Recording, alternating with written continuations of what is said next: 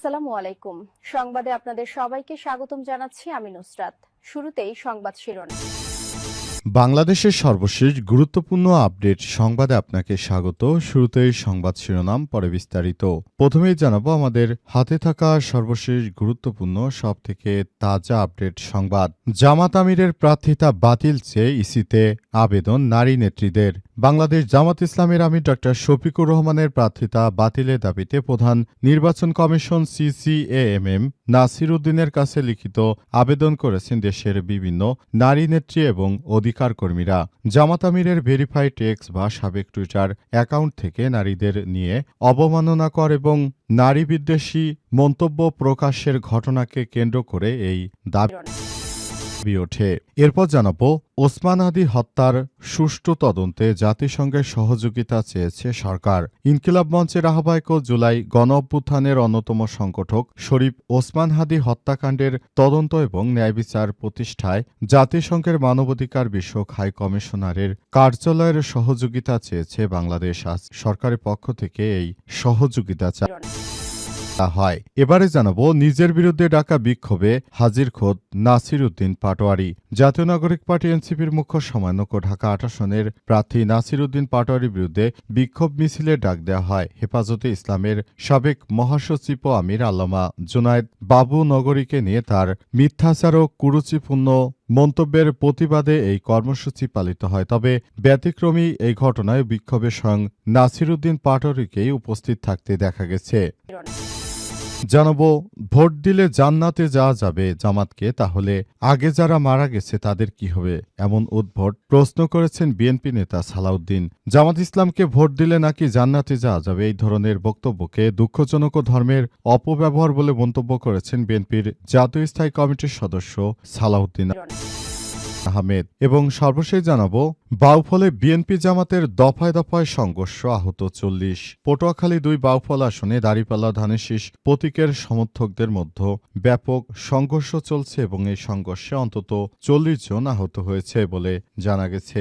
মূলত এই ধরনের ঘটনা ঘটেছে আজ ওই আসনে জামাত ইসলামের শফিকুল ইসলাম মাসুদের নেতাকর্মীদেরকে অন্তত ৪০ থেকে ৫০ জনকে পিটিয়ে গুরুতরভাবে জখম করেছে বিএনপির সন্ত্রাসীরা। এই ঘটনায় সেখানে সেনাবাহিনীর সদস্য মোতায়েন করা হয়েছে এবং পাশাপাশি ওই এলাকায় পরিস্থিতি এখনও থমথমে অবস্থা বিরাজ করছে বলে জানা গেছে। প্রিয় দর্শক, এতক্ষণ শুনছিলেন সংবাদ শিরোনাম, এবারে বিস্তারিত।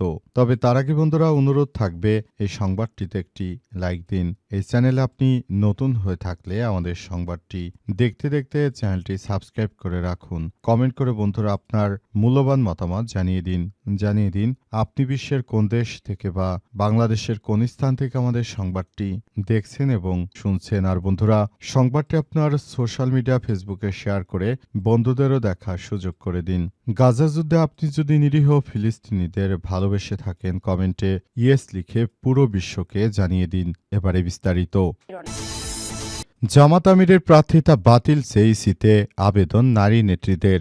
বাংলাদেশ জামাত ইসলামের আমির ডক্টর শফিকুর রহমানের প্রার্থিতা বাতিলের দাবিতে প্রধান নির্বাচন কমিশন সিসিএএমএম নাসির উদ্দিনের কাছে লিখিত আবেদন করেছেন দেশের বিভিন্ন নারী নেত্রী ও অধিকার কর্মীরা।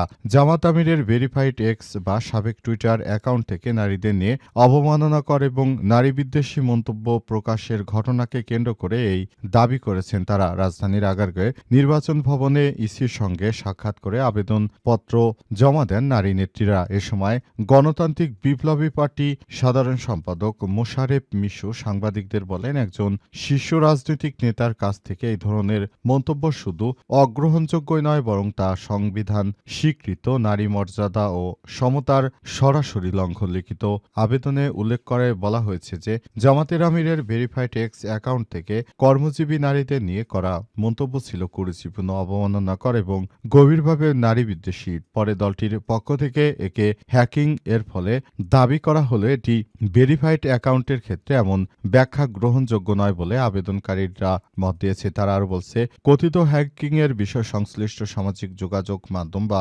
প্ল্যাটফর্মের পক্ষ থেকে কোনো আনুষ্ঠানিক ব্যাখ্যা বা তদন্ত প্রতিবেদন বা প্রমাণ্য তথ্য এখনো প্রকাশ করা হয়নি। ফলে হ্যাকিং এর দাবি সন্দেহজনক থাকছে। আমরা চাই জামাতের আমিরের যে বর্তমান নির্বাচনে তিনি দাঁড়াবেন, তিনি যেন আর নির্বাচনে দাঁড়াতে না পারেন এমন একটি দাবি তুলেছেন এই কুখ্যাত মহিলা সন্ত্রাসীরা। তারা জামাতের আমিরকে চায় আগামী জাতীয় সংসদ নির্বাচনে তিনি যেন প্রার্থিতা করতে না পারেন এমন আবেদন করেছে। তবে নির্বাচন কমিশনের ইসির পক্ষ থেকে এ বিষয়ে এখন পর্যন্ত খোলাসা করে কিছু বলা হয়নি। তাহলে কি জামাতের আমিরের নিবন্ধন বাতিল হয়ে যাবে নাকি কি হবে সে বিষয়টি সবার জনমনে এখন অনেক বড় প্রশ্ন। ওসমান হাদি হত্যা সুষ্ঠু তদন্তে জাতিসংঘের সহযোগিতা চেয়েছে সরকার। ইনকিলাব মঞ্চের আহ্বায়ক ও জুলাই গণ অভ্যুত্থানের সংগঠক শহীদ শরীফ ওসমান হাদি হত্যাকাণ্ডের ঘটনা নিয়ে অবশেষে সরকার জাতিসংঘের কাছে একটি চিঠি পাঠিয়েছে। দীর্ঘ সময় ধরে ইনকিলাব মঞ্চের নেতাকর্মীদের উপর হামলা ও দমনপীড়নের পর অবশেষে সরকারের এমন সিদ্ধান্ত সামনে এসেছে। সরকার যেভাবে তার দায়িত্ব পালন করছে এতে করে বাংলাদেশের জনগণ কখনোই আগামীর একটি সুন্দর বাংলাদেশ গড়ে তুলতে পারবে না। সরকার দীর্ঘদিন ধরে সবাইকে প্রতিশ্রুতি দিয়েছিল, এমনকি হাদির জানাজাতে গিয়েও সরকার প্রতিশ্রুতি দিয়েছিল যে বাংলাদেশের মানুষ যেন আগামীতে একটি সুন্দর বাংলাদেশ গড়ে তুলতে পারে। আমরা সেজন্য শহীদ শরীফ ওসমান হাদি হত্যাকাণ্ডের ঘটনায় প্রকৃত যারা দোষী রয়েছেন তাদেরকে অবশ্যই বিচারের আওতায় নিয়ে আসব। কিন্তু সরকারের পক্ষ থেকে এখন পর্যন্ত আসলে শহীদ শরীফ ওসমান হাদি হত্যাকাণ্ডের ঘটনা নিয়ে এখন পর্যন্ত সরকারের পক্ষ থেকে কোনো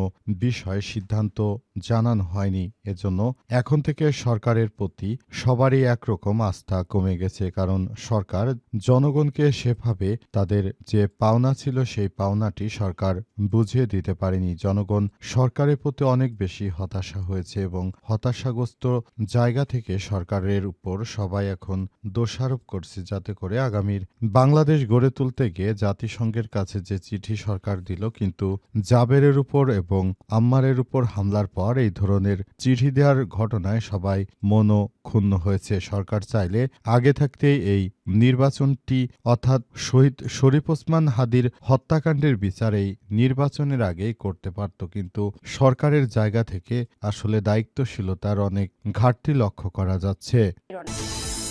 এবার নাসিরউদ্দিন পাটোয়ারীর বিরুদ্ধে সমাবেশ এবং সেই সমাবেশেই দেখা গেল নাসিরউদ্দিন পাটোয়ারীকে।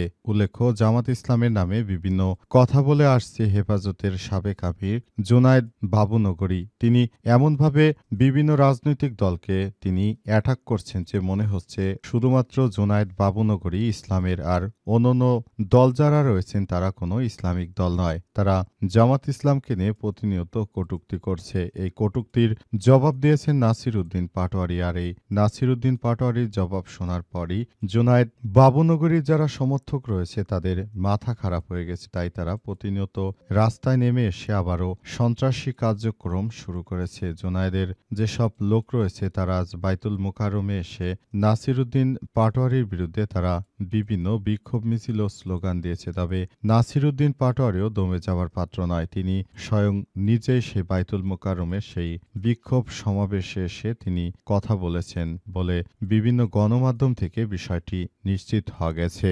নাসিরউদ্দিন পাটোয়ারী জানিয়েছেন যে জুনায়েদ বাবুনগরী তিনি একজন মুসলিম হয়ে কিভাবে জামাত ইসলামকে প্রতিনিয়ত মুনাফিক, ভণ্ড ইত্যাদি নানা রকম অপবাদ দিচ্ছে। তারা ইসলামের সঙ্গে তো নেই, আবার তারা এমন একটা ভাব ধরে যে ইসলাম হয়তো শুধুমাত্র তারাই প্রতিষ্ঠিত করবে এদেশে। ইসলাম বলতে তারা কি বোঝাতে চায়? তারা কি বলতে চায় যে শুধুমাত্র তারাই ইসলামের লোক আর বাকি সবাই কাফের? এমন ফতোয়া তারা দিচ্ছে যে আর তারা বিভিন্ন নারী নেতৃত্বকে তারা তাদের সঙ্গে রাখতে চায়, আবার তারাই বড় বড় কথা বলছে।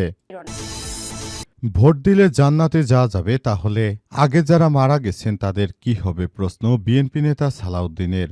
জামাত ইসলামকে ভোট দিলে নাকি জান্নাতে যাওয়া যাবে, কিন্তু ভোটের আগে যারা মারা গেছেন তারা কিভাবে জান্নাতে যাবে এমন উদ্ভট প্রশ্ন করেছেন বিএনপির জাতীয় স্থায়ী কমিটির সদস্য সালাউদ্দিন আহমেদ। তিনি বলেন, আমরা একটি রাজনৈতিক দলকে শুনতে পাচ্ছি তাদেরকে ভোট দিলে নাকি আগামীতে ভেস্তে যাওয়া যাবে। তাহলে যারা ইতিপূর্বে মারা গেছে অর্থাৎ যারা এখন এখন পর্যন্ত ভোট দেয়নি, তাহলে তারা ভেস্তে যাবে কেমনে? তিনি আরো দাবি করেন যে জামাত ইসলাম এই ধরনের মিথ্যা তথ্য দিয়ে মানুষের কাছে ভোট চাইছে, কিন্তু জামাত ইসলামের পক্ষ থেকে আবার বলা হচ্ছে যে আমরা কবে কখন কোথায় এই ধরনের কথাবার্তা বলেছি। বিএনপি আমাদের নামে যে মিথ্যাচার করছে এদেরকে অবশ্যই জবাব দিতে হবে। আগামীতে আমরা বাংলাদেশটাকে সুন্দরভাবে একটি ন্যায় ও ইনসাফ ভিত্তিক রাষ্ট্র গড়ে তুলতে চাই, এমনটাই জানানো হয়েছে এবং সে অনুযায়ী আমরা কাজ করছি। তবে বাংলাদেশটাকে আরো সমৃদ্ধশালী করতে হলে অবশ্যই আমাদেরকে এখন থেকে আরো বেশি দায়িত্বশীলভাবে ভূমিকা পালন করতে হবে। বাংলাদেশটাকে সুন্দরভাবে গড়ে তোলার মধ্য দিয়ে আমরা বাংলাদেশটাকে আরো সুন্দরভাবে গড়ে তুলতে পারবো। তবে যারা বাংলাদেশের বিরুদ্ধে কাজ করছে, যারা বাংলাদেশটাকে নিয়ে নানা রকম ছিনিমিনি খেলছে, তাদেরকে দেশের জনগণ ভোট দেবে না বলে জামাতের পক্ষ থেকে বলা হচ্ছে। যারা পরপর দুর্নীতিতে চ্যাম্পিয়ন হয়েছে তারা কিন্তু বাংলাদেশকে আসলে কিছুই দিতে পারেনি।